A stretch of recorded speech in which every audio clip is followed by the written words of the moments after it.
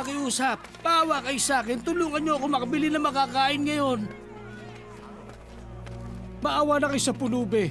Pahingi naman ng bariyang pambili ko ng pagkain. Tingnan mo kami.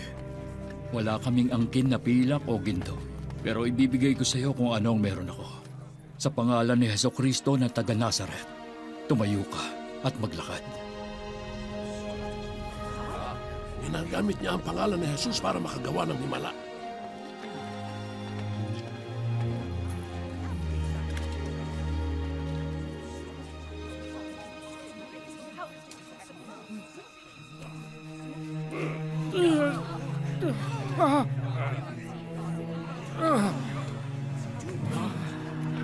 Tagal na siyang hindi nakakalakad.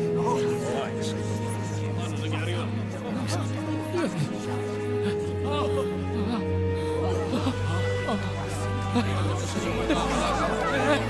Himala ito! Nakakalakad na ako!